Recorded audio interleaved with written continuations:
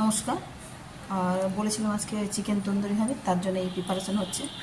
দইয়ের জল ঝারিয়ে এই মাখিয়ে দেওয়া হচ্ছে, আর তার সঙ্গে লঙ্কা, হলুদ হলুদ থাকে না, লঙ্কা, জিরে, ধনে, কস্তুরি মেথি, অরিগ্যানো পাউডার, তন্দুরি মশলাটা তো দিতেই হবে, নুন দিয়ে এটাকে ম্যারিনেট করে বেশ প্রায় 5 ঘন্টার মতন রেখে দিলে এটা টেস্ট লাগবে খেতে।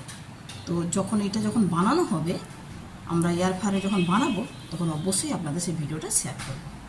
নমস্কার, তাহলে এখন এখানে ভিডিওটা রাখলাম। নমস্কার, অবশেষে আমাদের তন্দুরি হয়ে গেছে। এই দেখুন, ঘরের বানানো তন্দুরি কতটা নরম আর কতটা রসালো হয়েছে। আর তার সঙ্গে এই ধনে পাতা, কাঁচা লঙ্কা আর দই দিয়ে একটা চাটনি, আর শসা তো খাবো। আর এই যে এয়ার ফ্রায়ারে রেডি করে আবার দেয়া হচ্ছে, একটু সময় লাগে তো এই রেডি হচ্ছে।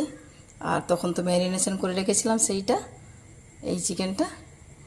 তো এখন খাওয়া যাক।